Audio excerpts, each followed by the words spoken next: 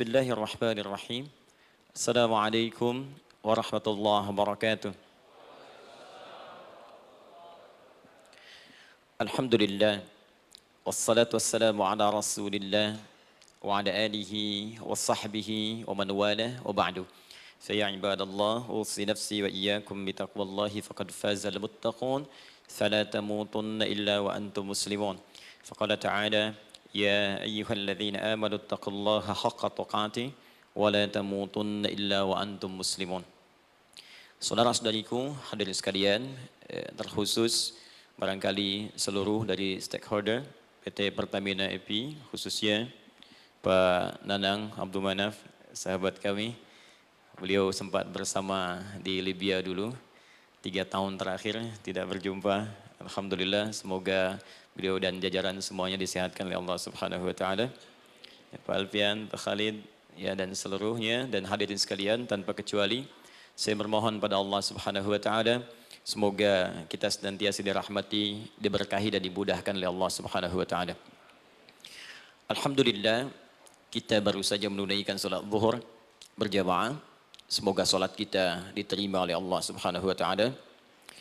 Ada 2 hal yang paling penting tentang solat ini yang ditekankan dalam Al-Quran. Pertama, kenapa solat begitu penting ditunaikan? Karena ia akan menjadi pembeda antara Khalik dengan makhluk. Jadi kalau kita ingin bedakan Tuhan dengan hamba, maka di antara titik penting perbedaannya, kata Allah langsung itu terletak pada aspek ibadah, khususnya solat. Karena itu ketika Nabi Musa alaihi salam berkenan kemudian langsung diperintahkan oleh Allah sehingga disebut dengan kalimullah yang diajak bicara dan diperkenalkan tentang esensi ketuhanan Allah, maka disebutkan perintah langsung oleh Allah untuk menyembahnya dalam bentuk salat. Al-Quran surah ke-20 Taha ayat ke-14. Kata Allah, innani anallahu la ilaha illa ana fa'budni wa aqimis salata li dzikri. Ya Musa, tidak ada Tuhan kata Allah selain saya. Ya maka jika engkau telah tahu saya Tuhan, bedanya Tuhan dengan makhluk, fa'budni, maka kewajiban engkau sebagai makhluk menyembah saya. Bagaimana caranya ya Allah, kata Musa? Kata Allah, wa aqimis salata, rahmatullah, wa aqimis salata li dzikri. Maka cara menyembahku itu adalah dengan salat. Karena itu semua nabi dan rasul, bahkan sebelum Nabi Muhammad SAW, diperintahkan oleh Allah untuk mengajak umatnya seluruhnya untuk sholat. Ya, Nabi Isa alaihissalam sholat. Anda buka Quran surah 19 Maryam ayat 31 sampai 33. Nabi Ismail alaihissalam, ya kakeknya Nabi ke-29, sholat. Bahkan meminta keluarganya sholat. Quran surah ke-19 ayat 55. Wa kana ya'muru ahlahu bis salah. Nabi Zakaria, saudaranya Imran, salat. Quran surah ketiga, ya, ayat ke-38 sampai dengan 39. Ayat 39-nya tegas mengatakan, "Fanadathu malaika wa huwa qa'imun yusalli fil mihrab."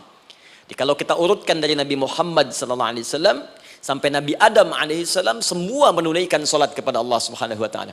Ya Muhammad bin Abdullah bin Abdul Muttalib bin Hashim bin Abdul Manaf bin Qusay bin Murrah bin Kilab bin Ka'ab bin Ghalib bin Fihir bin Malik bin Nadar bin Kinana bin Khuzaimah bin Mudrikah bin Ilyas bin Nizar bin Mudar bin Ma'ad bin Adnan bin Addi bin Adri bin Muqawwam bin Nagur bin Tarikh bin Ya'rub bin Yasjub bin Nabit bin Ismail alaihissalam bin Ibrahim alaihissalam bin Azar atau bin Nahur bin Abir bin Kinan bin Arfakhshad bin Sam bin Nuh alaihissalam bin Mihlail Matushala bin Kinan bin Anwas bin Thith bin Adam alaihissalam.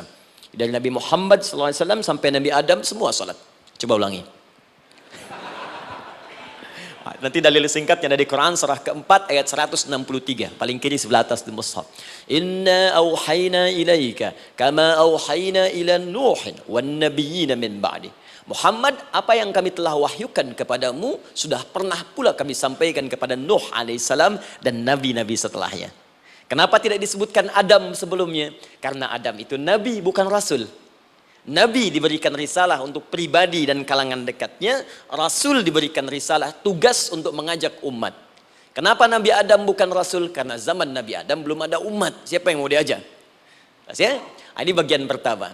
Jadi kalau kita hari ini masih mendapat kesempatan sholat, alhamdulillah, ini artinya sampai hari ini kita masih benar-benar manusia. Kan kalau ada orang yang kemudian tidak mau beribadah apalagi sholat, terkhusus ketika dia beriman, maka penting dipertanyakan, masihkah ada iman dalam dirinya? Karena itu kata Allah dalam Al-Quran, surah ke-8 ayat yang kedua, aku akan perdengarkan namaku, sehingga ketika disebutkan itu, kita bisa menguji adakah getaran iman dalam jiwa kita. Quran surah 8 Al-Anfal ayat kedua. Innamal mu'minuna alladzina idza dzukirallahu wajilat qulubuhum. Sungguh orang yang masih punya iman itu, kalau diperdengarkan nama Allah kepadanya, akan ada getaran dalam jiwanya. Karena itu setiap hari 5 kali diperdengarkan nama Allah. Untuk menguji di jiwa kita masih ada iman tidak? Bahkan dari bangun tidur, bayangkan waktunya dibagi sempurna persis. Dari mulai subuh baru bangun, menjelang ke siang, mau berakhir siang ke sore, sore pindah ke maghrib, hilang kemudian muncul gelap malam. 5 kali persis dibagi waktu. Diperdengarkan untuk menguji. Kira-kira setelah subuh siang masih ada nggak iman? Sore masih ada nggak? Ya Allahu Akbar, Allahu Akbar. Karena itu kalau iman masih ada melekat di jiwa kita, demi Allah saya katakan, begitu kita mendengar suara azan, pasti hati kita akan mengatakan, Allahu Akbar, Allahu Akbar. Wih, sudah azannya. Pernah begitu? Ya, walaupun mungkin setelah selesai, La ilaha illallah, baru azan, belum qomat. Ya, itu normal, gak apa-apa. Yang penting iman masih ada. Nah, ini menunjukkan ada getaran dalam jiwa. Satu itu. Yang kedua, ini yang jarang dimanfaatkan teman-teman. Jadi seringkali sholat dimaknai pada ibadah formal bagian pertama saja. Adapun yang keduanya, ini yang jarang digali. Padahal sekali saja dalam sehari, itu 5 kali Allah menunggu kita. Ternyata sholat itu satu-satunya wasilah ibadah yang disebutkan dalam Al-Quran untuk langsung memohonkan semua kebutuhan yang kita rasakan. Bahkan sebelum kita diminta sholat, itu kalimat pertamanya bukan ibadahnya. Kata Allah, kau punya masalah apa? Sedang butuh apa? Sedang punya problem apa? Buka Quran surah kedua Al-Baqarah ayat ke-45 sampai 46. Paling kanan pertengahan di usad. Wasta'inu bis-sabri was-salah. Perhatikan kalimatnya, indah sekali. Ya Allah menempatkan sholatnya bagian kedua. Kata Allah, wasta'inu, hei hambaku, jika kalian punya persoalan dalam kehidupan, maka, perhatikan kalimatnya baik-baik, wasta'inu, mintakan solusinya kepadaku. Jadi kalau sedang punya masalah, bukan bikin status, gak akan selesai. Sedang eksplorasi minyak, gak keluar-keluar, bikin status. Duh, susah sekali yang ngebornya, gak akan selesai.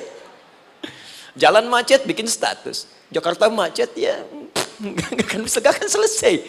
Ya, apa yang harus dilakukan kata Allah? Jika Anda beriman kepadaku, yakin denganku, maka wasta'inu, punya persoalan minta kepada Allah. Caranya bagaimana? Satu, bis-sabri, terima dulu masalah itu, jangan dikeluhkan. Kaidah lain muncul, karena mustahil saya akan titipkan persoalan kalau tidak Anda mampu mengatasinya. Kaidah Quran surah kedua ayat 286, kita hafal ayatnya. La yukallifullahu nafsan illa usaha. Perhatikan kaidahnya. Allah tidak mungkin menguji seorang hamba di luar batas kemampuannya. Jadi kalau kita sedang punya ujian di rumah kah, pekerjaan kah, kehidupan sosial kah, sebesar apapun ujian itu kata Allah, memang karena Anda yang sanggup. Kalau nggak sanggup gak akan diuji. Di ujian itu berbanding lurus dengan kemampuan. Mustahil seorang hamba diuji di luar batas kemampuannya. Jadi kalau Anda sekarang pun sedang punya masalah sebesar apapun, kata Allah, memang cuma kamu yang sanggup, yang lain tidak. Maka jangan mengeluh. Jangan Anda katakan, ya Allah, why me? Kenapa saya? Kata Allah, why not? Memang kamu yang mampu. Yang lain tidak. Nah, ketika Anda bisa menerima itu dengan sabar, baru datang kalimat kedua. Wassalah. Kemudian datang tunaikan sholat dan mintakan solusi kepadaku lewat sholat. Ya, sedikit ya. Lihat sini. Saya berikan sedikit uraian Al-Quran. Saya boleh menulis sini? Boleh ya? Ibu, maaf, agak jauh. Ibu kelihatan ini? Oh, belum saya tulis, bagaimana bisa kelihatan? Luar biasa. Cuma di Pertamina belum ditulis udah kelihatan. Maaf, lihat sini. Wasta'inu. Baik, ya. Saya ingin sedikit sekali. Ini redaksi Quran tuh indah sekali diksinya. Wasta'inu. Lihat sini. Kata Allah, jika Anda punya persoalan dalam hidup, maka mintakan solusi. Terima dulu masalahnya dengan sabar, karena kita dipercaya oleh Allah. Gini, cara memahaminya. Allah aja percaya dengan kita. Masa kita nggak percaya diri? Allah yakin dengan kita, kita mampu. Masa kita nggak yakin? Terima dengan sabar. Kemudian wassalah, mintakan solusinya lewat salat. Kata perintahnya dibuka dengan kalimat wasta'inu. Kalau kita ingin rubah kata perintah ini, fi'il amr, ingin dirubah ke dalam bentuk permohonan, minta, maka rubah kalimatnya menjadi nasta'in. Lihat, nasta'in. Baik. Wasta'inu, kata Allah, kalian punya persoalan, ayo minta solusi padaku. Terus kita pengen minta, ya Allah, kami ingin minta. Maka dalam bahasa Arab, kalau kita ingin merubah kalimat ini ke dalam bentuk permintaan, kita katakan nasta'in. Saya tanya pada Anda, pernah nggak dalam sholat kita mengucapkan kalimat nasta'in? Ada? Masih ingat? Baik, apa kalimatnya? Iyyaka na'budu wa iyyaka nasta'in. Perhatikan, iyyaka na'budu wa iyyaka nasta'in. Iyyaka na'budu, iyyaka, ya Allah, Engkau perintahkan aku untuk ibadah. Maka sekarang aku ibadah, sholat. Hanya kepadamu saja. Kan kata Allah, kamu sholat. Terus kita katakan, iyyaka na'budu. Sekarang kami sholat, ya Allah. Nama lain sholat itu ibadah. Kalau kita ibadah, na'budu. Dari mana tahunnya nama lain sholat ibadah? Quran surah ke-20 ayat ke-14. Fa'budni wa aqimis sholata li dzikri. Ibadah kepadaku, caranya sholat. Maka saat sholat kita katakan, iyyaka na'budu. Ya Allah, Engkau perintahkan aku untuk ibadah. Sekarang aku ibadah. Wa iyyaka nasta'in. Dan sekarang aku sedang punya persoalan, ya Allah. Aku punya masalah. Aku punya problem. Dan aku yakin hanya Engkau yang pasti akan menyelesaikannya. Ketika Anda mengatakan, iyyaka nasta'in, perhatikan hadis qudsinya. Hadisnya qudsi. Ya. Al-Imam Al-Bukhari meriwayatkan, Imam Muslim meriwayatkan, An-Nasai meriwayatkan dari sahabat Abu Hurairah radhiyallahu taala anhu. Ada lagi yang dari sahabatnya Anas bin Malik. Perhatikan kalimatnya. Idza qala al-'abdu iyyaka na'budu wa iyyaka nasta'in, jika hambaku dalam salatnya benar membacanya, benar dari awal salatnya sampai dengan kalimat iyyaka na'budu wa iyyaka nasta'in, ya Allah, sekarang aku ibadah kepadamu dan sekarang aku punya persoalan. Aku mohonkan solusinya darimu. Kata Allah, hadza baini wa baina 'abdi. Ini perjanjian antara aku dengan hambaku. Wali 'abdi. Hadisnya qudsi. Wali 'abdi. Kalau hambaku benar salatnya sampai kalimat ini, masa'alah. Apapun yang dia minta sekarang, aku akan kabulkan. Aku akan kabulkan. Pertanyaan saya, berapa di antara kita yang sholat sampai detik ini, ribuan kali ruku dan sujud, yang memanfaatkan momentum ini untuk memohon? Siapa di antara kita yang ketika sholat memohon kepada Allah solusi? Jangan-jangan selama ini sholat itu hanya menjadi formalitas saja. Takbir, ruku, sujud, salam, selesai. Takbir, ruku, sujud, salam, selesai. Padahal Allah sudah menunggu hambaku, kamu tuh punya masalah apa? Makanya setiap waktu dibagi 5 supaya hidup kita ringan. Subuh ke zuhur punya masalah, zuhur salat. Begitu kita mohon, tuntas masalah itu. Zuhur ke asar punya persoalan, asar salat. Dijawab oleh Allah, tuntas persoalan itu. Karena itu semua nabi dan rasul, bahkan orang soleh, ketika punya persoalan dalam hidupnya, even itu hanya menulis karya ilmiah, maka mereka akan memulai dengan salat dan minta kepada Allah Subhanahu wa taala. Teman-teman kenal Nabi Zakaria? Bagus. Baik, di sana belum tulis, sudah kelihatan. Sini kenal Nabi Zakaria, alhamdulillah. Tapi nggak apa-apa. Saya ke Sukabumi, Pak. Ada yang kenal Fir'aun. Kenal Fir'aun, kenal, bagus. Baik, Sukabumi hubun dunia, suka itu hubun, bumi itu dunia. Baik. Teman-teman, Nabi Zakaria itu diuji oleh Allah. Maaf, belum punya keturunan. Dan semua nabi punya ujian. Jadi jangankan kita, nabi aja yang jelas surganya punya ujian. Ya, Anda pernah sakit, Nabi Ayub sakitnya lebih parah dari kita. Ya, Anda di keluarga belum ada keturunan, Nabi Zakaria pernah lebih daripada kita. Sampai rambutnya memutih, fisiknya sudah letih, dan menurut medis, maaf sekali, istrinya divonis tidak mungkin punya keturunan, monofus dan mandul, mustahil. Secara klinis gak mungkin, secara medis tidak mungkin. Maka Allah tunjukkan satu isyarat yang sangat luar biasa. Jika Anda mendapati situasi makhluk mengatakan ini mustahil dan sudah angkat tangan, ini tanda pertama dari Allah, langsung tinggalkan pendapat manusia, langsung memohon kepada Allah. Maka turunlah beritanya di Quran surah ketiga Ali Imran ayat 38 sampai 39. Paling kanan sebelah atas di mushaf. Sekarang perhatikan kalimatnya, saya mau sambungkan dengan Al-Fatihah tadi. Hunalika da'a Zakaria rabbah. Di mihrabnya Nabi Zakaria salat bermohon kepada Allah. Qala rabbi habli min ladunka dzurriyyatan thayyibah. Kemudian ia berdoa, Rabbi habli, ya Allah yang maha memberi tanpa batas. Ini adab pertama, kalau teman-teman mau berdoa, sebut nama Allah sesuai dengan hajat kebutuhan kita. Itu yang disebut dengan al-asma'ul husna. Di asma'ul husna itu bukan nama-nama indah yang sekedar dihafal, bukan. Tapi nama yang diberikan oleh Allah sesuai dengan kebutuhan hidup kita. Dalilnya Quran surah ke-17 ayat 110. Ya, paling kanan sebelah atas di mushaf, ke pertengahan. Ya, kata Allah, Qulid Allah. Jika Anda punya persoalan, sebut nama Allah. Allah Awir Rahman atau Ar-Rahman. Ayyamma tad'u, tapi kalau Anda ingin spesifik meminta, falahul asmaul husna. Pilih nama Allah, ia punya nama-nama yang indah sesuai kebutuhan kita. Jadi kalau teman-teman misalnya minta kelancaran rezeki, sebut ya Allah ya Razzaq. Anak mau ujian, ya Allah ya Al-Alim. Di proyek misalnya ada hambatan, ada gangguan, ya Allah ya Al-Jabbar ya Al-Malik. Ingin mudah mengatasi ujian, ya Allah ya Sabar. Minta. Ya, jangan semuanya disebutkan, nanti jadi beban. Ya, Allahumma ya Rahman ya Al-Malik ya Al-Quddus ya Sabar, gitu kan? Yang tadinya nggak punya masalah jadi punya masalah, gitu kan? Pilih salah satu. Nah, jika Anda ingin memohon pada satu hal yang mustahil menurut manusia, maka minta dengan menyebut nama Allah yang memberi tanpa batas, mustahil di dalamnya. Nama Allah tersebut namanya Wahhab.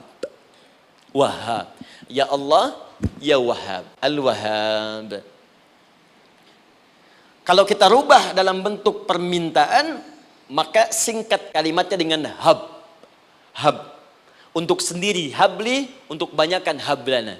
Rabbana hablana min azwajina wa dzurriyyatina qurrata a'yun. Nabi Zakaria minta karena sendiri yang mengalami situasi itu, maka beliau katakan, Rabbi habli. Ya Allah, habli min ladunka. Ya Allah yang tak punya batas dalam pemberian. Mereka mengatakan aku tak akan punya keturunan. Mereka mengatakan mustahil aku punya anak. Dan aku yakin kau memberi batas tanpa memberikan pemberian tanpa batas. Aku mohon darimu saja. Darimu saja. Dzurriyyatan thayyibah, keturunan-keturunan terbaik. Innaka sami'ud du'a. Engkau pasti mendengar doa saya.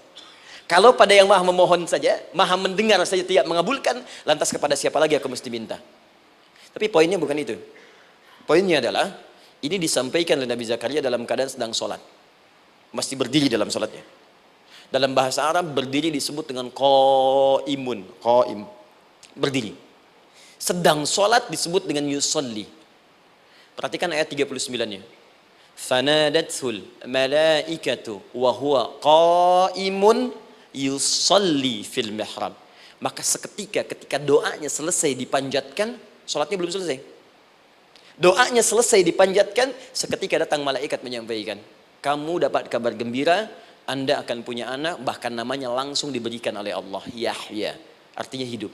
Yang mustahil menurut manusia, lahir dari rahim seorang perempuan yang divonis monopos dan mandul, kata Allah, bagiku yang gak ada yang mustahil. Jadi dan hidup dia. Kapan itu terjadi? Masih sholat dan belum selesai dalam sholatnya, dalam keadaan berdiri. Sekarang saya tanya Anda, kita membaca iyyaka na'budu wa iyyaka nasta'in dalam keadaan ruku atau sujud? Sujud, berdiri. Berdiri teman-teman. Betul kan? Dalam keadaan berdiri saat baca Al-Fatihah. Iyyaka na'budu wa saat kita mengatakan wa iyyaka nasta'in, Allah balik bertanya, apa yang kamu butuhkan? Nabi Zakaria itu sholat dulu baru minta. Kita umat Nabi Muhammad karena keutamaan nabinya, sebelum sholat udah ditunggu. Butuh apa? Mau minta apa? Karena itu saya ingin katakan, ayo manfaatkan momentum sholat ini. Jangan sekedar kita kemudian tunaikan formalitas, tapi kita tidak mendapatkan keuntungannya. Ayo, semuanya. Dari mulai takbir sudah ada doa. Ruku ada doa. Bahkan sujud kita bisa perbanyak dalam bahasa hati kita untuk memohon kepada Allah Subhanahu Wa Taala. Jelas sampai di sini? Baik. Mudah-mudahan insya Allah doa kita dikabulkan oleh Allah Subhanahu Wa Taala. Ini baru mukaddimah, kita belum mulai. Ini pengantar. Tema kita hari ini tentang Al-Quran. Dan mudah-mudahan kita diberikan insya Allah kelancaran untuk bahasan kita. Dan topik ini insya Allah akan memberikan banyak manfaat dari apa yang kita kerjakan dalam keseharian kita. Saya mohon izin untuk melambatkan bacaan, karena tadi hanya mengantarkan saja. Teman-teman, kenapa mesti Al-Quran? Apa esensi Al-Quran? Dan kenapa Al-Quran diwahyukan pada Nabi Muhammad SAW? Apakah khusus untuk sekedar dibaca? Atau ada satu nilai yang sangat penting yang justru itu mengandung nilai mukjizat yang paling dalam dari Al-Quran? Yuk kita mulai dengan Al-Quran surah kedua Al-Baqarah ayat ke-38, paling kanan sebelah atas. Disambungkan dengan Quran surah kedua ayat 185, paling kiri pertengahan di mushaf. Quran surah kedua ayat 38 dengan Quran surah kedua ayat 185. Saya mulai dari kisah Nabi Adam, saya pelan-pelan. Nabi Adam saat diciptakan oleh Allah, kemudian diberikan informasi bahwa beliau akan bertugas di bumi, beraktivitas di bumi. Disampaikan di Quran surah kedua ayat 30, paling kiri sebelah atas. Wa idh qala rabbuka lil malaikati inni ja'ilun fil ardi khalifah. Kata Allah, dan pelajari, ingat ketika kami menyampaikan pada para malaikat, kami akan menugaskan satu makhluk, manusia namanya Adam, di bumi tugasnya, untuk menjalani hidup di bumi. Nah, secara singkat, setelah Nabi Adam turun ke bumi di awal masa bersama Sayyidah Hawa, ya alaihi wassalam, maka ternyata bersamaan dengan turunnya Adam dan Hawa ke bumi itu, mereka berdua dibekali petunjuk.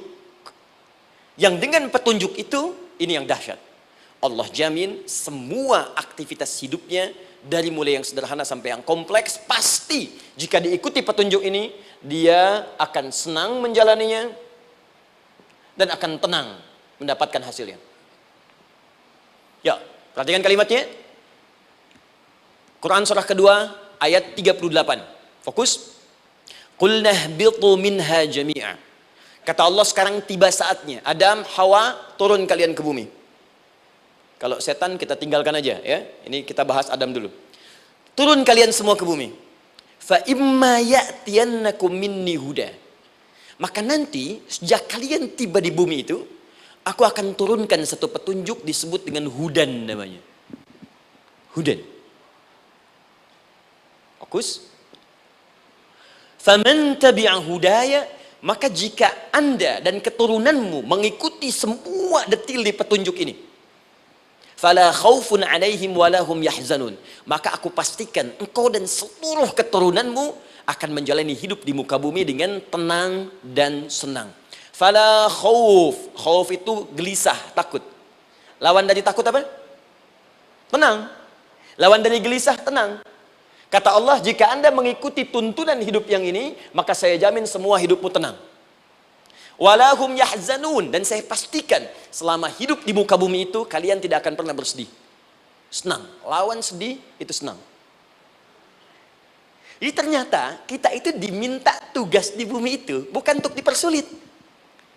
Jadi kalau ada yang hidup sampai saat ini sedih deh, di rumah tangga sedih, di kantor nggak tenang, pasti di antara poinnya bukan nggak mampu senang, tapi boleh jadi yang hidup ini tidak membaca petunjuk kehidupannya. Anda kerja di perusahaan, teman-teman ada yang di Pertamina, ada yang di yang lain. Kalau Anda nggak ikuti petunjuk, kan pekerjaan tidak akan berlangsung dengan nyaman kan? Kalau Anda nggak ikuti aturannya, bagaimana bisa mengerjakan petunjuk itu dengan nyaman? Maka apalagi hidup yang kompleks, kata Allah, sejak Adam saya turunkan, sudah ada petunjuk kehidupan, saya namakan dengan hudan. Anda ikuti petunjuk ini, maka langsung jaminan dari Allah, semua yang Anda jalani dalam hidup, pasti saya jamin senang dan tenang. Petunjuk ini disebut apa? Hudan. Nah, agak cepat. Di setiap masa Nabi Adam selesai hidupnya, generasi kemudian berkembang, datang lagi Nabi Nuh sampai ke Nabi Muhammad SAW. Perhatikan baik-baik. Setiap berganti generasi akan turun hudan sesuai dengan kebutuhan masyarakatnya pada saat itu. Baik, Nabi Musa menerima kitab apa namanya? Nabi Musa Taurat. Taurat disebut hudan dalam Al-Quran. Muncul Nabi Musa, kitabnya disebut Taurat. Perhatikan baik-baik. Tahukah teman-teman ketika Taurat disebutkan dalam Al-Quran? Buka Quran surah ke-17. Ya, ayat yang kedua. Wa ataina Musal kitaba. Kami berikan kepada Musa kitab. Lihat, wa ja'alnahu hudan li bani Israil. Dan kitab yang kami berikan itu, yang disebut Taurat, Ali Imran ayat yang ketiga, wa anzalat Taurata wal Injil. Kami berikan Taurat kepada Musa. Nah, saat Allah turunkan Taurat itu, hudan li bani Israil. Isi Taurat ini adalah petunjuk kehidupan khusus untuk Bani Israel saja. Umatnya Musa. Jadi kalau umat Nabi Musa mengikuti petunjuk hudan, Taurat ini, kata Allah, saya jamin semua hidupnya tenang dengan senang. Nabi Isa turun Injil. Injil disebut hudan dalam Al-Quran. Dan yang terakhir, saya cepat karena waktu kita terbatas. Ketika Allah menurunkan Nabi Muhammad SAW dan dipilih sebagai Rasul, maka saat yang bersamaan beliau pun diberikan petunjuk untuk umatnya. Dan dahsyatnya, petunjuk itu pun disebut dengan hudan. Buka Quran surah kedua, ayat 185. Syahrul Ramadan alladzi unzila fihi al-Quran. Di bulan Ramadan itu, kata Allah, saya turunkan Al-Quran. Kenapa saya turunkan Al-Quran? Hudal linnas. Saya jadikan Quran ini sebagai petunjuk, pedoman hidup linnas, bukan terbatas untuk satu komunitas, tapi untuk seluruh manusia sampai kehidupan berakhir. An-Nas disebutkan 241 kali dalam Al-Quran, menunjuk pada semua manusia tanpa kecuali. Ini bedanya Al-Quran dengan kitab sebelumnya. Taurat hanya untuk kalangan tertentu saja. Jadi selesai nabinya, selesai kitabnya. Injil hanya kalangan tertentu saja. Nabinya selesai, selesai kemudian misinya. Tapi Al-Quran tidak. Ini kalimat pertama langsung dari Allah. Walaupun nabinya wafat, tapi karena Al-Qurannya didesain oleh Allah untuk seluruh manusia sampai kehidupan berakhir, maka pasti Al-Quran itu di setiap masa akan mampu dijadikan pedoman dalam kehidupan. Nah, jadi prinsip pertama, ketika Allah menurunkan Al-Quran, sebenarnya tujuan utamanya bukan sekedar dibaca. Bukan. Tapi di dalamnya itu ada petunjuk hidup, Pak, Bu. Dan yang buat, yang menciptakan kita. Bukankah Anda kalau ingin memperbaiki sesuatu akan datang kepada penemunya, penciptanya? Anda punya handphone, ada masalah, kan datangnya ke counter handphone. Anda punya mobil, ada persoalan, bukankah datangnya ke dealer? Sekarang kita ingin tahu persoalan hidup kita. Ingin tahu gambaran hidup kita. Ingin tahu misi dan visi hidup kita. Kemana kita kemudian bertanya? Pada pencipta kita. Nah, kata Allah, ketika saya utus manusia pertama kali ke bumi, saya sudah turunkan bagaimana cara menjalani kehidupannya. Dan ternyata berita baiknya untuk kita diberikan oleh Allah satu petunjuk utuh, langsung disebutkan, isinya disebut dengan Al-Quran. Jadi dari Al-Fatihah sampai dengan An-Nas, dia bukan bacaan biasa. Semua di dalamnya ada petunjuk kehidupan kita dari mulai bahkan dalam kandungan sampai kita wafat kepada Allah Subhanahu wa taala. Kalau diikuti petunjuk ini, langsung turun jaminan dari Allah. Hidup kita pasti akan tenang dan nyaman. Saya bacakan cepat ya. Tapi nggak usah ditulis, nanti kalau teman-teman agak terlambat mengikutinya, Anda buka kembali rekamannya, Anda boleh runtutkan kembali. Saya baca cepat saja, dan ini insya Allah Anda hanya akan temukan dalam Al-Quran. Nanti saya berikan rahasia di akhir sebelum kita akhiri. Yuk, satu, Anda silahkan bandingkan dengan buku manapun, referensi manapun, Anda hanya akan temukan dalam Al-Quran. Dari sejak sebelum lahir, bagi perempuan yang tengah mengandung, langsung Allah berikan tuntunan bagaimana agar kandungan itu berjalan dengan sehat, nyaman, dan mudah ke persalinan. Quran surah ke-7 ayat 189. Perkembangannya bisa diamati dan dicek kemudian, ya, baik ke dokter atau yang lain. Nanti perkembangannya disebutkan di Quran surah ke-22 ayat ke-5. Dirinci lagi di Quran surah ke-23 ayat 11 dari 9 sampai dengan 13. Kemudian mulai terlahir, dari lahiran diberi petunjuk oleh Allah. Nih, berikan ASI, maksimal 2 tahun. Kalau ingin berhenti sebelum 2 tahun, boleh, begini caranya. Quran surah kedua ayat 233. Dari sampai usia 2 tahun, menjelang balik, kata Allah berikan 4 pendidikan dini. Ini turunannya, disebutkan 1, 2, 3, 4. Jika Anda ajarkan ini, maka anak ini akan tumbuh. 1, dekat dengan Allah. 2, dijamin taat pada orang tuanya. 3, dia akan baik dengan lingkungannya. Dan 4, dia akan bertahan dalam kebaikan sampai dia dewasa. Quran surah ke-31 ayat 13 sampai dengan 19. Usia 7 tahun, ya, mulai dia balik misalnya, dia akan mulai belajar. Bagaimana cara belajar yang baik supaya cepat paham, gampang mengerti. Turun Quran surah ke-9 ayat 122. Amalannya di Quran surah 96 ayat yang pertama. Kemudian rinciannya diturunkan di Quran surah kedua ayat 282 di ujung ayatnya. Lalu bagaimana mencari sekolah yang bagus, majlis yang baik, guru-guru yang baik, diturunkan Quran surah ke-58 ayat ke-11. Dicontohkan tentang Maryam dan Nabi Isa alaihissalam di Quran surah ketiga ayat 35 sampai dengan 37. Naik lagi, dia mulai dewasa, ya, mulai bergaul, bahkan kadang-kadang merantau, punya tempat komunitas berbeda. Bagaimana supaya dia bergaul tidak terpengaruhi lingkungan yang tidak baik. Maaf ya, kadang-kadang ibu yang sudah mengandung, melahirkan, ayah mencari nafkah, tiba-tiba anak pergi bahkan ke kampus, ke sekolah, dapat teman yang gak bagus, pulang-pulang mengecewakan Anda. Ini bagaimana menemukan tempat-tempat yang baik untuk bisa menjaga perilaku anak ini? Ditemukan nanti di Quran surah ke-49 ayat ke-13-nya. Dirinci perkembangannya di Quran surah ke-12 Yusuf ayat 2 sampai dengan ayat 29-nya. Sampai ketika dia akan mulai kemudian menikah. Kata Allah, pilih pasangan yang baik dengan ta'aruf, berikan mahar yang sempurna. Quran surah ke-4 ayat ke-4. Kemudian dia mulai menikah. Kata Allah, sebelum menikah, pelajari dulu fikih nikah. Banyak orang yang menikah, tapi karena tidak belajar tentang persoalan rumah tangga, apa yang akan terjadi di rumah tangganya. Detil Pak, Bu. Kata Allah, ini, kalau kamu berbuat begini, akan ada miskomunikasi. Kalau ada miskomunikasi, persoalannya akan begini. Solusinya begini. Maka diturunkan dasarnya di Quran surah ke-30 ayat 21, detilnya di Quran surah ke-4 ayat 34 sampai dengan 35. Paling kiri sebelah atas sampai dengan ke tengahnya. Anda berlanjut, diterangkan oleh Allah, hei, tugas suami saat mulai pertama kali menikah, maka tugas yang pertama siapkan untuk mencari nafkah. Bagaimana caranya ya Allah? Diturunkan oleh Allah. Satu, jangan takut kehilangan rezeki. Jangan pernah mencuri, jangan pernah ngambil punya orang, karena punya kamu akan saya berikan sempurna. Kamu ngambil punya orang, maka kamu akan menyulitkan diri sendiri. Itu akan dikembalikan pada yang berhak. Ya, turun Quran surah ke-51 ayat 22. Dirinci, begini cara nyarinya. Quran surah kedua ayat 168. Kalau Anda ingin cepat baru bergerak, rizkinya sudah dapat. Quran surah kedua ayat 172. Ada yang dahsyat, dia belum keluar, rizkinya yang mendatangi dia. Jadi nanti di Al-Quran ada 8 jenis rizki. Di antara yang paling hebat, ada yang belum Anda datang, rizkinya sudah menjemput. Ada orang mendatangi rizki, ada rizki mendatangi dia. Contoh, Al-Imam Asy-Syafi'i sedang berdiskusi dengan Imam Malik gurunya. Kata Imam Asy-Syafi'i, Syekh, rizki itu mesti saya cari dulu, baru kita dapat. Kata gurunya, ya Syafi'i, ada rizki yang cukup kita beramal dekat kepada Allah, dia akan datang tanpa kita cari dengan ikhtiar manusia. Kata Syafi'i, mustahil. Kata Quran kan kita kerja dulu baru datang. Kata Imam Malik gurunya, kamu yang belum sampai, kita amalkan ini, rizki datang.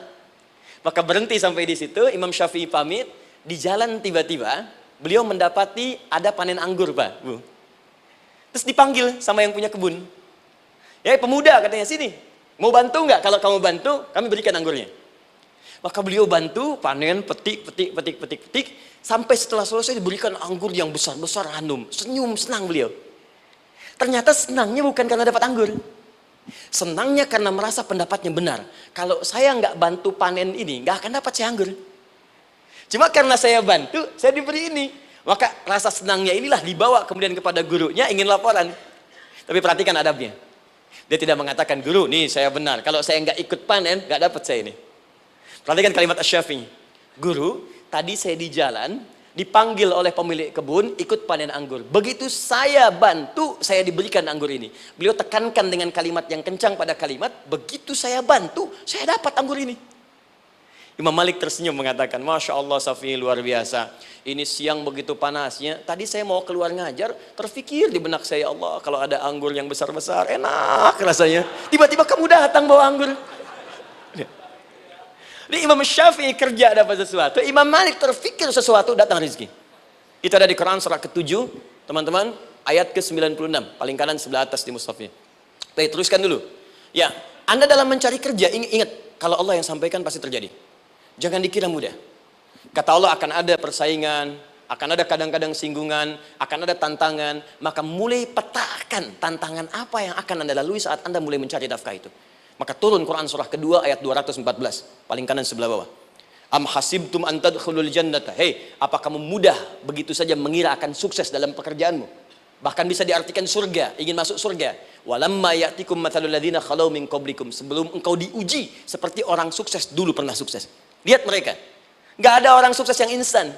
Cuman balikan telapak tangan dapat, tidak. Kata Allah, lihat orang-orang dulu. Lihat orang-orang hebat dulu, bagaimana mereka bisa kaya, bisa sukses, bisa punya posisi. Masat umul ba'sa, petakan olehmu tantangan apa yang akan dihadapi saat engkau bekerja itu. Satu, kata Allah ba'sun, ada yang ringan. Ya, ba's. Ba'sa jamak dari kata ba'sun. Dua, dara. Dia sudah menengah, jamak dari kata durun. Tiga, zilzal. Ini yang paling tinggi puncaknya. Jadi kalau Anda sudah mendapatkan ini, yakinlah, berarti Anda akan mendapatkan posisi yang tinggi. Karena mustahil orang besar diuji dengan ujian yang kecil. Zilzal, ini bagian ketiga. Ba'sa, ba'sun, mulai. Kira-kira tantangan-tantangan ringan apa saja yang akan Anda hadapi? Ya, kalau saya contohkan misalnya dengan contoh yang lain singkat, Anda mau ke masjid, ingin konsisten, mulai hijrah, ingin dekat dengan Allah, tiba-tiba yang tadinya nggak mau ke masjid, mulai ke masjid, diuji dengan hujan.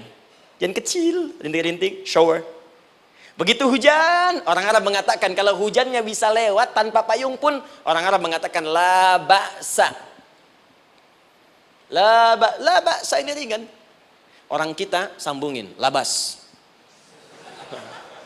Dari bahasa Arab, lewat. Nah, jadi kalau Anda mau berangkat nih, siap bekerja, siap hadapi tantangan. Baru mau lewat hujan kecil, berarti itu tantangan kecil kita lewati. Macet, petakan, cari jalan yang kemudian sempurna, jalan yang kosong, buka Google-nya, buka Waze-nya, buka map-nya, cari.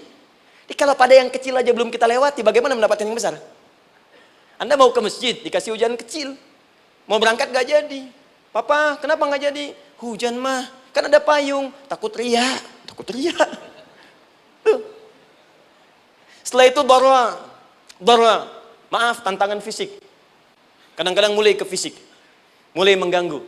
Ya, maaf, dirincikan kemudian oleh Al-Quran. Turun Quran surah ke-21, ayat 87 sampai 88, kisah Nabi Yunus alaihissalam. Yunus beraktivitas, bekerja, bukan berarti nggak ada tantangan.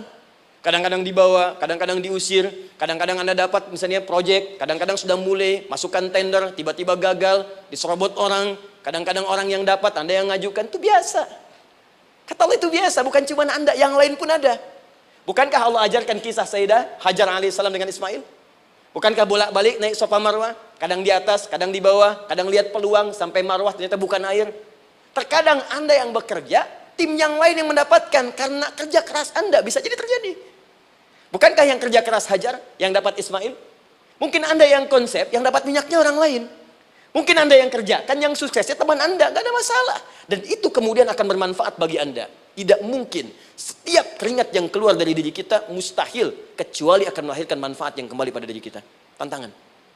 Tapi yang paling dahsyat, ini yang gak ditemukan di sebagian referensi yang kita baca. Ketika Allah menjelaskan semua tahapan-tahapan tantangan ini sampai ke puncaknya zilzal. Zilzal itu kalau bahasa sekarang gempa. Ada ujian yang menggoncang hati kita. Ketika Anda kerjakan, ya Allah, tantangannya dahsyat. Kenapa mesti saya, ya Allah? Kau nggak selesai-selesai, ya Allah. Itu wajar, teman-teman, itu biasa. Kata Allah, orang dulu saja mengatakan, mata nasrullah, kapan ini selesai? Berbahagialah kalau teman-teman sudah mendapatkan tantangan puncak yang paling tinggi ini. Ini artinya Allah sedang mempersiapkan Anda menjadi orang besar di kemudian hari. Dan cara mengatasinya diturunkan Quran surah ketiga ayat 142, paling kiri sebelah atas. Perhatikan dahsyatnya. Yang pertama diterangkan tantangannya, yang kedua dijelaskan cara mengatasinya. Saya mau berhenti sampai di titik ini, nanti saya terangkan cara berinteraksi dengan Al-Quran. Ya, perhatikan baik-baik. Kata Allah, jika kelak engkau sudah bisa memetakan tantangan ini, maka siapkan solusi untuk mengatasinya. Ayatnya dibuka dengan kalimat yang sama persis.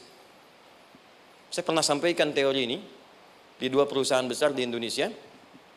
Yang pertama ada satu perusahaan, karena ini direkam saya nggak sebutkan perusahaannya, perusahaan otomotif besar, sedang turun gratis, kemudian juga ada inflasi yang tinggi.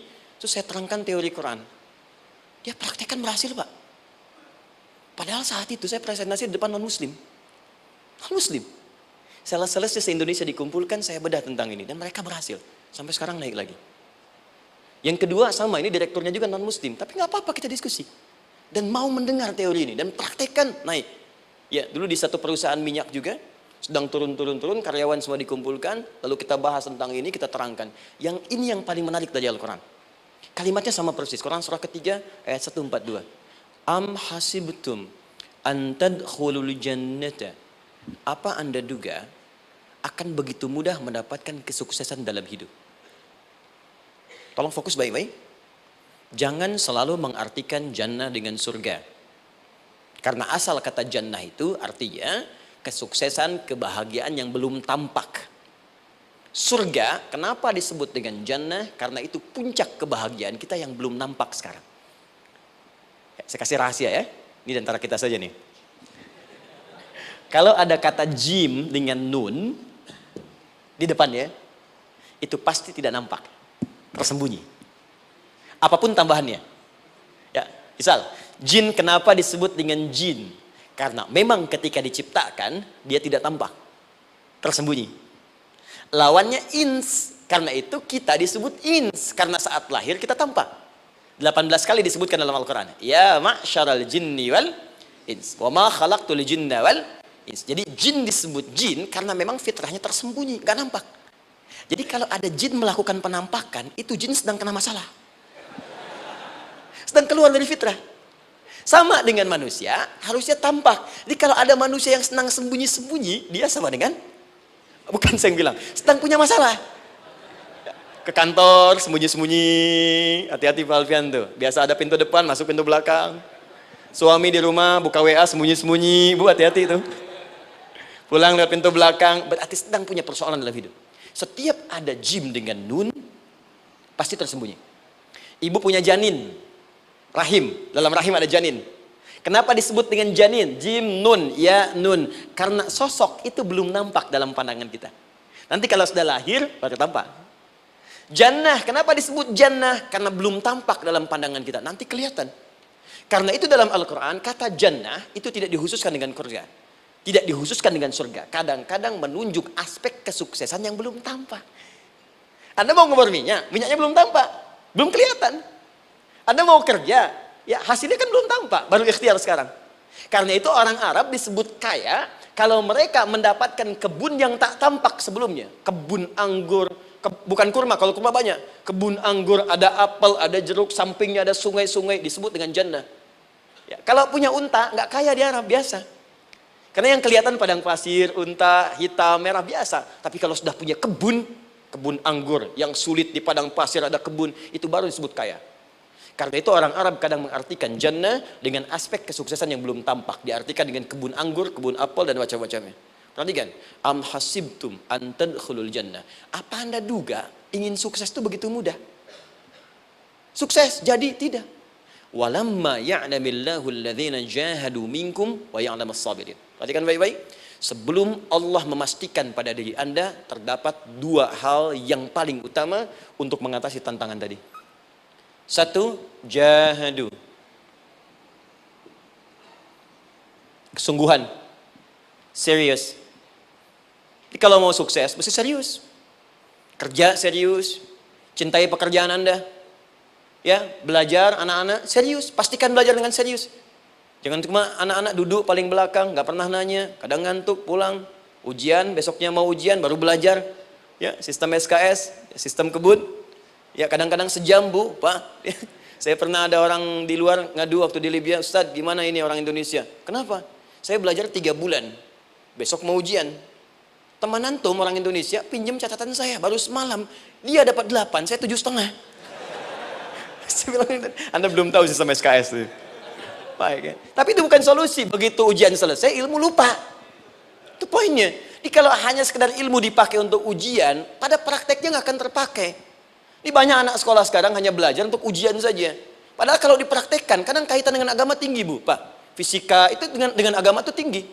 Gaya F1 sama dengan F2, gaya gerak sama dengan gaya dorong. Gaya sedikit, maka keluarnya sedikit. Pukul kencang, bunyinya kencang.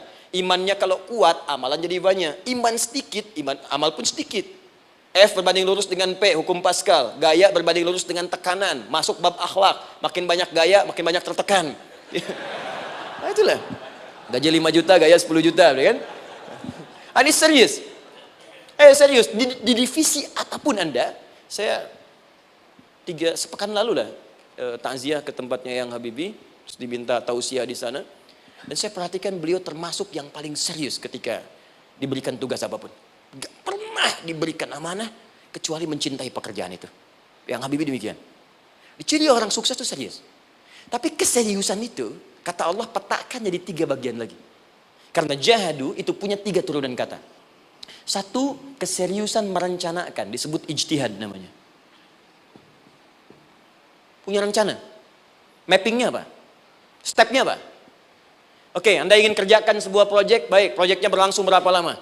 Target kita apa? Jangka panjangnya, menengahnya, jangka pendeknya. Kemudian apa tantangan yang akan dihadapi di setiap tahapan-tahapannya? Selesaikan. Bahkan saking pentingnya tahap perencanaan ini, ditunjukkan oleh Allah langsung lewat sholat. Teman-teman masih ingat sholat pertama yang kita kerjakan setiap hari, sholat apa namanya? Subuh. Apa artinya subuh? Tuh, ini masalahnya. Ini kata Al-Quran sendiri ya, kata Al-Quran sendiri. Nanti akan ditemukan orang yang ibadah tidak paham apa yang dikerjakan dan dilakukan dalam ibadahnya. Contoh sholat. Kata Allah akan ada orang sholat yang saat sholat tidak mengerti apa yang ia baca dan dia lakukan dalam sholatnya. Jujur tanyakan pada diri kita. Sampai detik ini, dari sekian ribuan kali ruku dan sujud, berapa persen bacaan sholat yang kita pahami? Jangan-jangan kita ruku tapi nggak ngerti yang dibaca. Sujud tak paham yang diungkapkan. Bagaimana bisa khusyuk? Mustahil. Maka kembali ke sini. Kenapa sholat pertama itu disebut dengan subuh? Teman-teman, ternyata semua nama sholat dari subuh sampai isya, plus bacaan dan gerakan dari takbir sampai salam, itu bukan sekedar gerakan semata. Semua ada artinya, ada maknanya. Dan diajarkan oleh Nabi langsung. Subuh disebut dengan subuh. Ada 2 kata. Satu, fajar. Quran surah ke-17 ayat 78. Inna Qur'an al-fajri kana mashhuda. Kedua, subuh di surat At-Takwir. Was-subhi idza tanaffas. Kenapa disebut fajar? Fajar itu pancaran positif, pancaran kebaikan. Jadi kalau yang baik disebut fajar. Kalau yang jelek disebut fujur. Fujur ada di Quran surah 91 ayat 7 sampai 8. Wa nafsi wa ma sawwaha fa'alhamaha fujuraha wa taqwaha. Fujur itu rambatan, gelombang buruk yang muncul dari nafsu. Ya, ditembuskan ke elemen tubuh kita. Misal gini. Tiba-tiba pengen marah. Ya, di tubuh kita mengatakan melotot, maka ini ada pancaran di hati kita nyambung kemudian ke mata. Ini rambatan dari sini ke mata disebut fujur namanya. Mau ke tangan pukul, masuk ke tangan. Itu rambatannya disebut fujur namanya. Ya. Yang baiknya disebut fajar. Ya, misal saya ingin sholat, tiba-tiba hati mengatakan sudah azan, merambat ke kaki, cepat melangkah. Cepat wudhu. Nah, itu rambatannya disebut fajar namanya. Atau infajar. Ini pasti ada, ya. Fujur nama lainnya nafsu. Disebutkan 115 kali dalam Al-Quran. Takwa, rambatan fajar, sumbernya takwa. Disebutkan 115 kali dalam Al-Quran. Di jiwa kita ada takwa, ada nafsu. Takwa yang dorong malaikat, disebutkan 88 kali dalam Al-Quran. Nafsu yang dorong setan, disebutkan sama 88 kali. Di setiap Anda akan mengerjakan satu hal, pasti akan yang mendorong pada yang baik, akan mencegah dari yang baik itu nafsu. Pasti itu. Pak Alpian mau tanda tangan proyek. Tiba-tiba disodorkan, Pak, ini Pak. Kok begini proyeknya? Perbaiki, karena ada yang gak beres. Tapi fee-nya lumayan Pak, 1 miliar. Gak bisa, jiwa takwa mengatakan jangan terima Pak.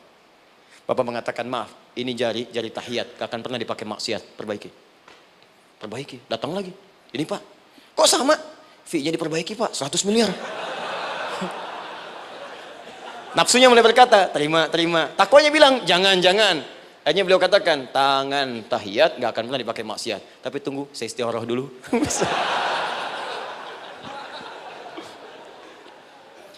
Nah, waktunya, ini salatnya disebut fajar. Kenapa disebut fajar? Karena saat kita tidur, terus dengar suara azan, Allahu Akbar, maka memancar dari iman kita, rambatan untuk merespon suara itu. Bangun kita untuk menunaikan salat. Waktunya disebut subuh. Kenapa disebut subuh? Dari kata asbah. Asbah itu artinya yang siap dengan rencana. Ya, orang Islam tuh nggak ada yang bangun dari tidurnya kecuali punya rencana jelas yang akan dieksekusi dari itu. Makanya sebelum kita bekerja mengeksekusi itu, kita datang menghadap Allah supaya Allah berikan kemudahan di setiap aktivitas kita. Coba lihat manajemen Nabi. Bukankah sebelum tidur beliau istighfar dulu? Dirinci pekerjaannya, dicatat yang akan dikerjakan besok, istighfar 70 kali, 100 kali, sehingga dengan istighfar saat tidurnya tenang. Coba kita biasakan. Ada yang baca Quran, ada yang istighfar. Kalau nggak percaya silahkan cek. Begitu Anda lakukan, tidurnya enak. Besoknya rencana itu sudah siap. Makanya ketika bangun, siap jam 7 mau kemana, jam 8 ada di mana, jam 12 kerjakan apa. Sebelum mengerjakan itu, datang kepada Allah, sujud, ya Allah, saya punya rencana ini tolong mudahkan. Begitu caranya. Itu yang disebut dengan subuh. Nah, sekarang kembalikan peta hidup kita mau seperti apa ke depan. Ijtihad. Yang kedua, kalau sudah jelas konsepnya, visinya sudah ada, maka jihad. Yang kedua jihad. Jihad itu eksekusinya, aksinya, actionnya, perjuangan fisiknya. Rencananya apa? Tahajud malam nanti. Bismillah. Jam berapa? 2:30. Baik, yuk kita mulai rencanakan. Eksekusi rencananya. Bagaimana cara kita bangun 2:30? Pasang alarm. Jam berapa alarm dipasang? 3 kali. Pertama 1:30, kedua 2 kurang 1/4, ketiga jam 2 lewat 1/4. Baik. Alarm pertama untuk mematikan alarm kedua. Alarm kedua matikan alarm ketiga. Ketiga siap-siap. Baik. Siap bangun. Jihad. Awas, ini penting ya, jihad itu jangan dipersempit maknanya kepada situasi peperangan saja, tidak. Banyak jihad itu luas sekali medannya. Karena jihad itu perjuangan fisik. Dan maaf sekali, dalam konteks perang pun bukan menyerang orang. Tapi membela diri saat diserang. Di Islam itu bukan agama ekspansi. Cek di sejarah, nggak ada Islam menyerang. Yang ada itu membela diri saat diserang. Atau saat orang lain dizalimi dan kita diminta untuk terlibat, kita membantu. Ini bukan dalam konteks sekarang yang banyak dibincangkan, tembak orang, bom orang, nyerang orang, bukan. Itu waktu kejadian bom Tamrin itu pertama, saya di Lampung posisinya. Itu begitu meledak, duar. Pertanyaan pertama Pak di Majelis Taklim, Ustadz, apakah bom di Jalan Tamrin termasuk jihad fisabilillah? Saya bilang, Pak, sependek pengetahuan saya, jihad fisabilillah itu jihad di jalan Allah, bukan di Jalan Tamrin. Kaidahnya beda. Nah, misal mencari nafkah itu jihad. Cari nafkah jihad. Quran surah keempat ayat 34, paling kiri sebelah atas. Tugas pertama ketika menikah, kata Allah, ar-rijalu qawwamuna 'alan nisa. Setiap lelaki itu diminta oleh Allah untuk mengatur bagian rumah tangganya. Jadi pemimpin di rumah tangganya. Ya bima faddalallahu ba'dahum 'ala ba'din, karena diberikan kemampuan untuk memimpin. Di pemimpin itu ada di suami. Dan ciri khas pemimpin, Bu, biasanya ciri khas pemimpin apa, Bu? Bukan tegas, bukan. Ciri khas pemimpin itu tidak mau dipimpin. Makanya kalau ada sesuatu, masukkan lewat usulan, jangan beri saran. Kalau saran susah, itu pemimpin. Baik, tapi yang paling luar biasa kata Allah, perhatikan kalimatnya indah sekali. Wa bima anfaqu min amwalihim. Saya berikan tugas untuk mencari nafkah. Ketika seorang lelaki bertugas mencari nafkah, ingat ya, konteks apapun, kalau perempuan nanti bekerja bukan nafkah poinnya. Bisa hobi, ya, bisa aktivitas, tapi nafkah kalau sudah menikah itu ada pada suami. Perempuan tidak.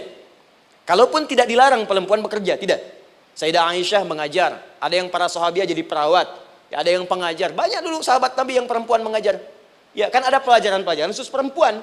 Ya, ada bagian perawat, ada dokter. Ini kan yang ngandung perempuan, masa yang periksa laki-laki? Ya, ada bagian perempuan tertentu, itu silahkan bekerja boleh. Tapi nafkah laki-laki. Begitu lelaki meniatkan pekerjaannya karena Allah untuk mencari nafkah, itu setiap langkahnya jihad fisabilillah. Wafat, syahid. Maaf ya. Apakah selama Anda bekerja sudah diniatkan ibadah? Jangan-jangan cuma kerja aja. Kalau cuma kerja, apa bedanya Anda dengan yang belum beriman? Anda wafat juga. Kerja di gedung yang sama. Berangkat menemukan kemacetan yang sama. Apa bedanya iman kita dengan yang lain? Satu. Kita pasti wafat. Pasti pulang. Dan kita nggak bisa pilih. Ya, nggak bisa pilih. Antum bisa duluan, saya belakangan mungkin. Atau ditukar, saya belakangan, Anda duluan mungkin. Atau memang saya bisa duluan. Ya, duluan menyolati Anda. Oke, paham ya? Jadi ibu di rumah jihad, Bu. Pada anak, perawat, mengandung itu sudah jihad. Jadi kalau wafat dalam proses saya melahirkan atau sedang mengandung itu syahid. Itu jelas nggak ada perbedaan pendapat. Anak-anak yang sekolah niatkan ibadah, Bu, Pak. Mohon maaf ya, mesti ada bedanya. Iman kita di rumah mesti itu terpancar kepada anak-anak. Ajarkan mereka sekolah yang baik. Pilih sekolah yang mengajarkan sholat, mengajarkan baca Quran. Sekarang banyak kok. Fisikanya bagus, Qurannya bagus, kimianya bagus, sholatnya juga bagus. Cari. Kalau bisa dunianya bagus, akhirat bagus, kenapa hanya pilih dunia saja? Siapkan. Itu jihad. Terakhir, tidak mudah mengeksekusi ini. Pasti ada tantangan yang ketiga. Namanya mujahadah. Mujahadah. Tantangan mengatasi gejolak jiwa. Kadang-kadang malas, capek, ya, belum eksekusi dilakukan, sudah berdebat pada yang tidak penting, sehingga tidak menghasilkan kesimpulan. ragu-ragu, khawatir, maka atasi semua itu. Turun Quran surah kedua ayat 216. Kutiba alaikumul qitalu wa huwa kurhul lakum. Kalau engkau sedang tidak nyaman, maka perangi ketidaknyamanan itu jika engkau ingin mendapatkan kesuksesan yang telah engkau cita-citakan. Asa an takrahu syai'an fa huwa khairul lakum. Boleh jadi apa yang engkau tidak rasakan sekarang, engkau rasakan gak enak, gak nyaman, di balik itu Allah sedang siapkan sesuatu yang lebih baik untukmu. Wa asa an tuhibbu syai'an fa huwa syarrul lakum. Mungkin yang engkau harap-harap sekarang boleh jadi itu belum baik untukmu sekarang. Allahu ya'lamu wa antum la ta'lamun, karena Allah lebih tahu masa depan, engkau pikiranmu pendek sampai di sini saja.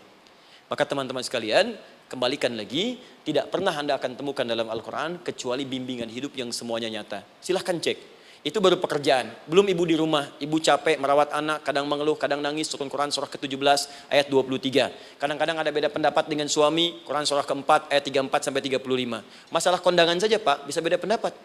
Ya. Ya Pak, kan ada family gathering malam, Mama pakai baju apa ya? Hijau apa yang biru? Masya Allah, kata Anda biru bagus mah. Kata Mama kayaknya hijau deh Pak. Tuh. Nanya tapi udah punya jawaban. Ya, bagus kalau dipakai, begitu keluar kuning.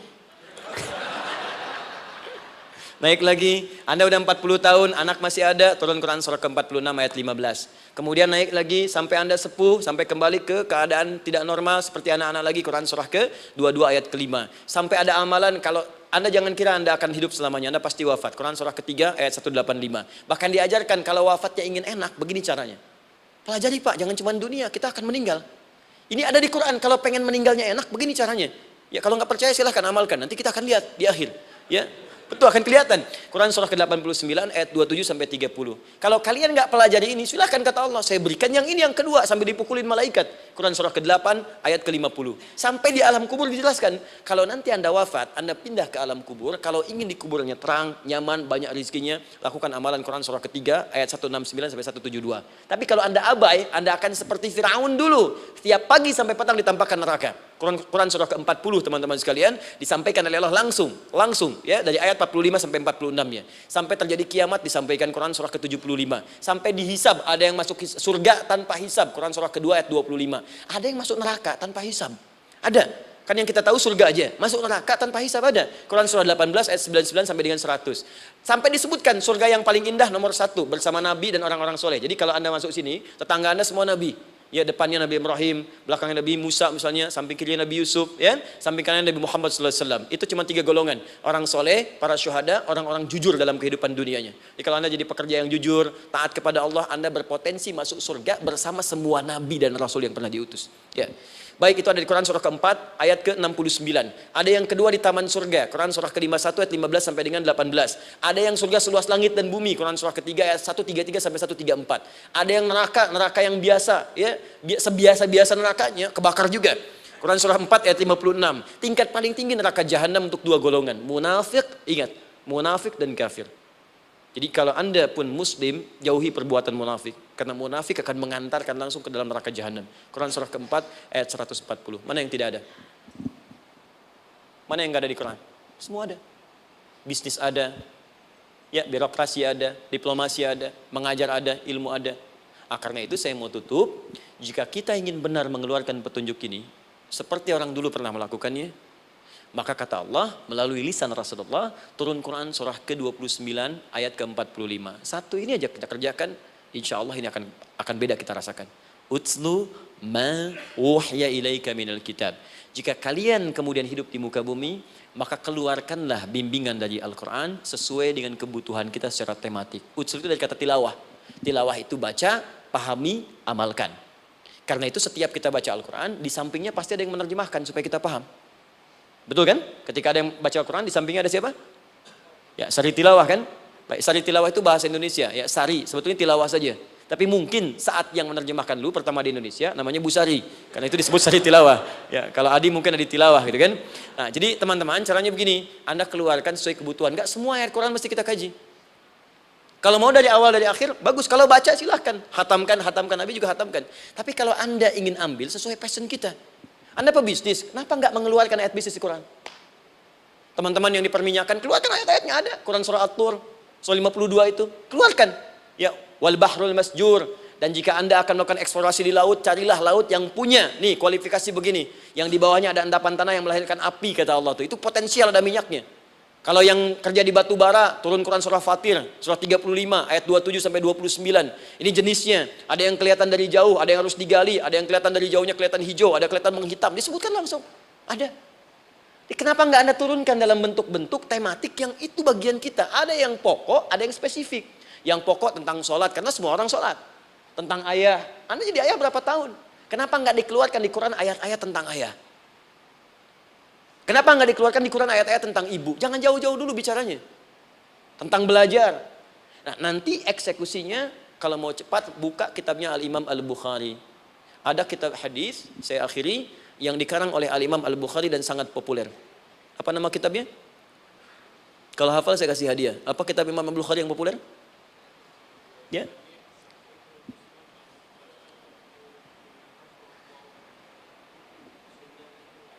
Baik, Anda saya kasih hadiah umrah.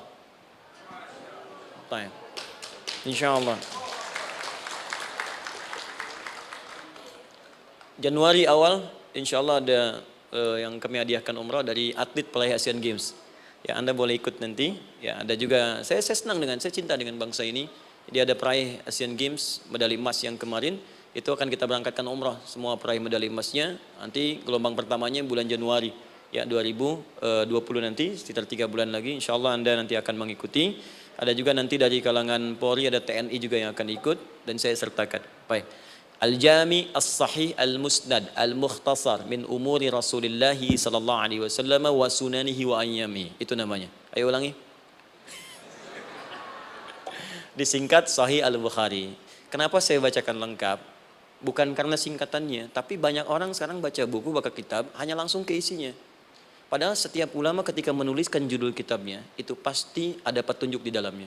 Kata Imam Al-Bukhari, Al-Jami As-Sahih. Kitab ini saya buat sebagai petunjuk umum miniatur kehidupan Nabi yang bisa kita ambil hikmahnya sekarang.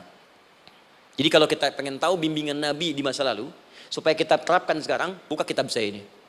Semuanya mustad bersambung kepada Nabi. Sahih saya pastikan, saya teliti satu-satu. Al-Mukhtasar, saya persingkat gak bertele-tele. Nah ini poinnya. Min umuri Rasulullah SAW wa sunani wa ayyamihi. Ini semua pekerjaan Nabi selama 24 jam. Secara singkat saya tutup dibagi 97 pembahasan. Setiap 97 pembahasan, satu babnya itu berisi bimbingan hadis-hadis Nabi. Di situ ada bab tentang bisnis, kitabut tijarah. Bab tentang ilmu, kitabul ilmi. Bab bahkan tentang sakit, kalau pengen cepat sembuh apa? Kitabul marid.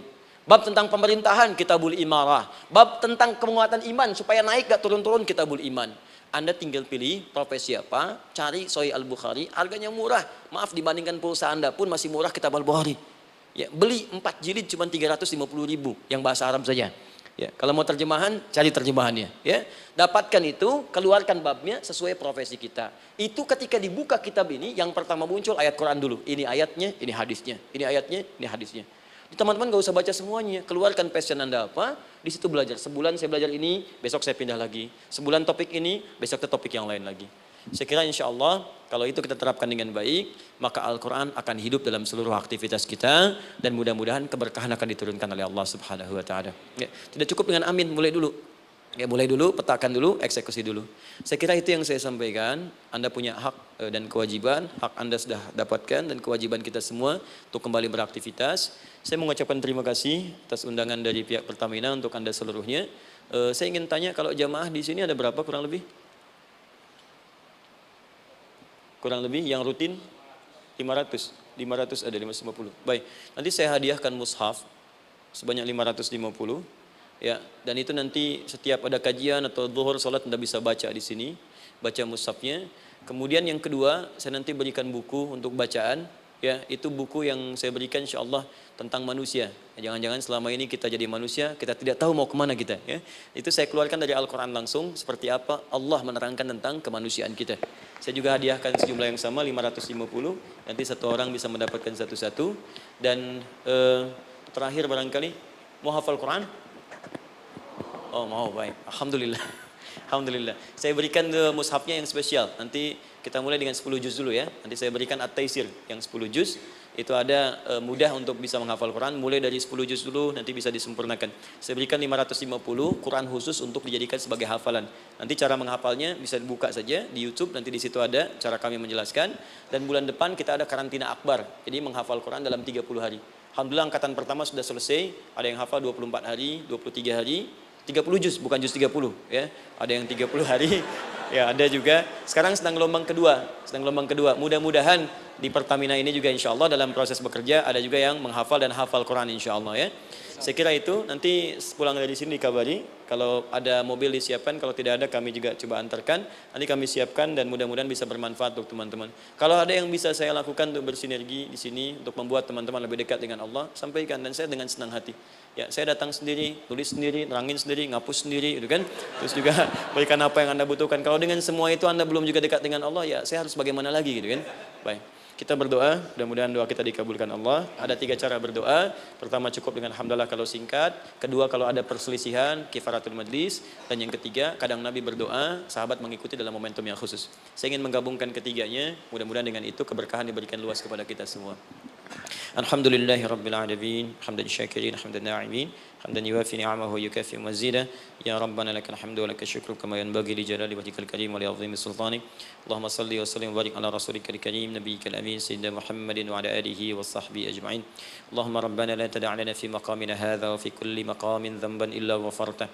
Ya Allah, kami mohon jika ada satupun di antara kami saat ini yang hadir membawa ya Allah dosa-dosa dalam dirinya, jangan biarkan yang meninggalkan tempat ini kecuali Engkau telah ampuni segala dosa-dosanya. Wala hamman illa farajtah. Ya Allah, jika ada di antara kami yang tengah hadir saat ini ada kegelisahan dalam jiwanya, maka mohon jangan biarkan yang meninggalkan tempat ini kecuali Engkau telah tenangkan keadaan hatinya. Allahumma wala asran illa yassartah. Ya Allah, jika ada di antara kami yang tengah mengalami kesulitan baik di pekerjaannya, kehidupan rumah tangganya, maka dengan keikhlasan amalnya ya Allah angkat dan ringankan segala kesulitannya. Allahumma wala maridan illa syafaitah. Jika ada di antara kami yang tengah Engkau uji dengan penyakit seberat apapun, maka mohon angkat dan sembuhkan segala penyakitnya. Allahumma yassir lana umurana wa la tu'assir alaina. Ya Allah, mudahkan semua urusan kami, jangan berikan kadar ujian yang tidak kami sanggup mengatasinya ya arhamar rahimin. Allahumma alif baina qulubina, ati anfusana taqwaha wa zakki anta khairu man zakkaha, anta waliyuha wa maulaha. Ya Allah, mohon lembutkan hati kami untuk saling bersaudara dalam kebaikan, jauhkan kami dari perpecahan ya Allah, dan bersihkan jiwa kami agar kami bersih keadaan jiwa untuk bisa beramal dalam kebaikan dengan mendapatkan ridhamu. Allahumma rabbana atina fid dunya hasanah wa fil akhirati hasanatan wa qina adzabannar. Ya Allah, kami mohon anugerahkan segala kebaikan di muka bumi ini yang mampu kami raih, dan berikan kami segala kemuliaan di akhirat yang mampu kami dapatkan, dan mohon jauhkan kami dari segala ya Allah murka dan neraka-Mu. Allahumma barik lana ya Allah fi ailatina wa fi amalina ya Allah wa fi kulli ya Allah hayatina. Ya Allah, kami mohon anugerahkan keberkahan dalam kehidupan keluarga kami, di kantor, di pekerjaan kami, dan seluruh tahapan kehidupan yang akan kami lalui. Bi fadlika subhana rabbika rabbil izzati amma yasifun wa salamun alal mursalin. Subhanakallahumma wa bihamdika asyhadu an la ilaha illa anta nastaghfiruka wa natubu ilaik wa akhiru da'wana alhamdulillahi rabbil alamin. Thumma assalamu alaikum warahmatullahi wabarakatuh.